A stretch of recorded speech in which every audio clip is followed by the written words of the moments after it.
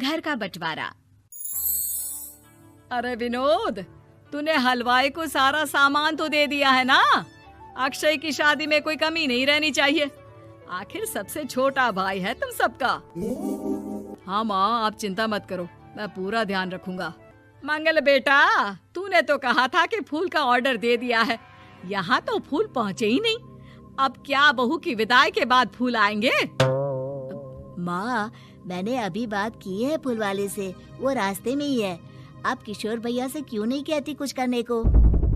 किशोर पहले ही मेरे बताए काम कर रहा है। पास के सभी रिश्तेदारों और मोहल्ले वालों को कार्ड वही तो देकर आया था। रिसेप्शन के लिए हॉल भी उसी ने बुक किया था।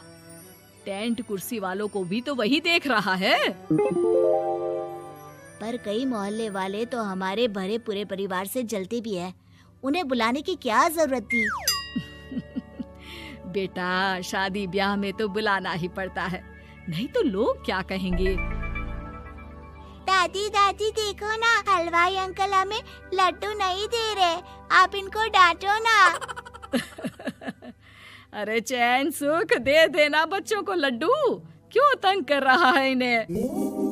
बीबी जी, मैं कहाँ मना कर रहा हूँ, लेकिन लड्डू बनते ही ये बच्चे उठा उठा कर खा लेते हैं। अरे मैं तो इन्हें थाल में रख के परोस भी नहीं पा रहा। भागो, अब कोल्ड ड्रिंक पीने चलते हैं। भागो भागो, अब कोल्ड ड्रिंक पीने चलते हैं। जैसे कि आप देख रहे हैं, आज इस घर के सबसे छोटे बेटे अक्षय की शादी है। घर में बहुत चहल पहल है। कुलभूषण की बीवी कमला को फुर्सत ही नहीं है कामों से, लेकिन कुलभूषण और घर के बाकी लोग कहाँ हैं? आइए देखते हैं। अजी, आप यहाँ आराम से बैठकर गाने सुन रहे हो और घर में अभी तक इतने काम बचे हैं करने को। अरे भाई, मेरे सबसे छोटे बेटे की शादी है, इसके बाद तो मैं अब चिंता मुक्त हो ही जाऊंगा। और फिर घर में तुम हो, बेटे बहुएं हैं, तुम लोगों के होते हुए मैं क्यों काम करूं? मैं तो शान से बेटे की शादी में जाऊंगा तैयार होकर। अरे ठीक है, अब आप आराम ही कीजिए। एक बार अभिषेक की बीवी आ जाए, फिर मैं भी आराम करूंगी और मेरी चारों बहुएं पूरे घर की जिम्मेदारियां संभाल लेगी। इतना कहकर कमला वापस अपने काम में लग जाती है। बेटा भी, तू अब तक तैयार नहीं हुआ? किससे बात कर रहा है फोन पर? तैयार कैसे हूँ? सैलून जाने से तो आपने मना किया है, क्योंकि मुझे हल्दी लग चुकी है। भाभीयों को देखो, सुबह से पार्लर में है। अक्षय की शादी हो जाती है और नंदिता बहू बनकर घर आ जाती है, लेकिन इस घर की खुशियों को मानो किसी की नजर लग गई थी। नंदिता के आने के बाद आए दिन घर की शांति भंग होती रहती।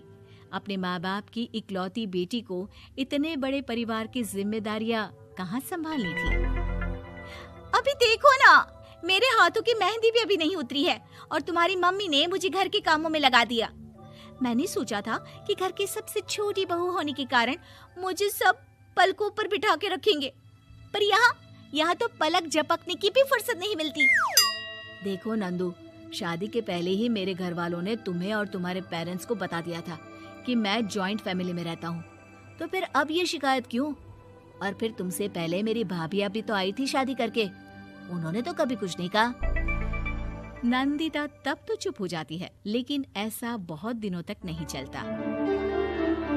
अरे नंदिता, माँ बाबूजी की दवाई का टाइम हो गया है, उन्हें दवाई दिलाओ और उसके बाद सबके लिए नाश्ता बना देना। पर भाभी, मैं तो अभी अपना फेवरेट सीरियल देख रही हूँ, प्लीज मेरी जगह आप कर लो ना ये काम। ठीक है, मैं तेरी जगह माँ बाबूजी को दवाई दे आती हूँ और नाश्ता बना लेती हूँ। तू मेरी जगह पूरे घर की डस्टिंग करके 5 बच्चों को स्कूल के लिए तैयार करके भेज देना और दोपहर का खाना बनाने के बाद कपड़े धोकर सुखा देना। उसके बाद हम दोनों मिलकर बाजार जाकर सब्जी ले आएंगे, फिर डिनर की तैयारी कर लेंगे और उसके बाद बस भाभी, मैं माँ बाबूजी को दवाई देकर सबके लिए नाश्ता बना देती हूँ। हे भगवान, ये कहाँ लाकर फंसा दिया मुझे। मेरे घर में तो गिनती की 8 रोटियां और 2 सब्जी बनती थी और नाश्ता निपट जाता था, यहाँ तो रोटियों का ढेर और सब्जियाँ बड़े बड़े पतीलों में बनानी पड़ती है। नाश्ता बनते बनते लंच का टाइम हो जाता है और लंच बनते बनते डिनर का। अभी मुझ में तुम्हारे पूरे परिवार का नखरा उठाने की और ताकत नहीं बची। मैं ऐसे नहीं रह सकती। अरे तो क्या चाहती हो तुम? मुझे अलग रहना है बस। तो ठीक है, हम कल ही शिफ्ट हो जाएंगे किराए के घर में। इतना बड़ा घर होते हुए हम किराए पे क्यों रहेंगे? ना जी ना, घर में ही दीवार खड़ी करो अपने हिस्से के आगे। घर के साथ साथ घर की खुशियों में भी दीवार खींच जाती है। ऐसे ही कई महीने बीत जाते हैं और नंदिता माँ बन जाती है। बच्चे के आने से अभिषेक के कंधों पर खर्चों का बोझ आ पड़ता है। अभिषेक का बोझ कम करने के लिए नंदिता भी पार्ट टाइम जॉब कर लेती है, लेकिन इससे उसके सर पर नौकरी, घर और बच्चे की जिम्मेदारी बढ़ जाती है। नंदिता, ये क्या है? तुमने घर भी ठीक से साफ नहीं किया, ना ही मेरे कपड़े धुले हैं। चिंटू के बाल भी कटवाने जाना था, देखो उसके बाल कितने बढ़ गए हैं। अरे करती क्या हो पूरा दिन तुम? मैं करती क्या हूँ? तुम्हारा नाश्ता और लंच बनाने के बाद चिंटू को डे केयर सेंटर पर छोड़ कर आती हूँ, फिर खुद ऑफिस जाती हूँ। पूरा दिन काम करके आने के बाद बिना आराम किए बाजार से सब्जियाँ लेकर आती हूँ, घर आकर खाना बनाती हूँ, चिंटू को देखती हूँ और क्या करूँ मैं? तो किसने कहा था अपने सर पर इतने काम लेने को? मत जाओ ऑफिस। ऑफिस जाए बिना घर के खर्चे कहाँ से पूरे होंगे? चिंटू की डे केयर का खर्च, उसके लिए बेबी फूड का खर्च, प्रेस वाले का खर्च, ये सब तुम्हारी सैलरी से होता नहीं है। अगर परिवार से अलग नहीं होती तो इतनी मुसीबतें नहीं उठानी पड़ती तुम्हें परिवार के साथ मिलकर काम करने में दिक्कत थी, लेकिन काम तो अब भी बहुत है तुम्हारे सर पर। चिंटू को भी डे केयर भेजने की जरूरत नहीं पड़ती। उसको गोद में खिलाने के लिए दादा दादी और घर के सभी बड़े होते। उसके साथ खेलने के लिए उसके भाई बहन भी होते। मेरे तीनों बड़े भाइयों के बच्चे भी बड़े हुए हैं, लेकिन बिना महंगा बेबी फूड खाए, क्योंकि मेरी माँ और भाभियाँ बहुत अच्छे से जानती है कि बच्चे को क्या खिलाना चाहिए। बिजली के बिल जैसे खर्चे भी सब मिलकर बांट लेते थे, लेकिन तुम्हें तो सबसे अलग रहने में ही मजा आता है, तो अब शिकायत क्यों करती हो? बस करो अभिषेक, बस करो। मैं मानती हूँ कि मैं गलत थी। मेरे एक गलत फैसले ने हमें बिल्कुल अकेला कर दिया है सबसे। एक घर में होते हुए भी हम बाकी परिवार से अजनबियों की तरह रह रहे हैं। अभिषेक और नंदिता की सारी बातें घर के बाकी लोगों को सुनाई दे रही थी। तभी कमला बोल पड़ती है।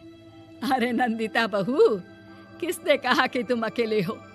तुम्हारा इतना भरा पूरा परिवार है ना तुम्हारे साथ। हम तो बस ये चाहते थे कि तुम अपनी गलती समझ जाओ।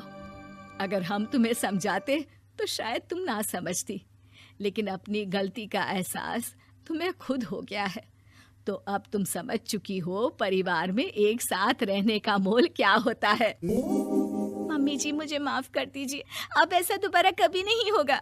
अरे माफी बाद में, पहले मेरा पोता जरा मेरी गोद में तो दे, और तू जाकर सबके लिए चाय बना ला।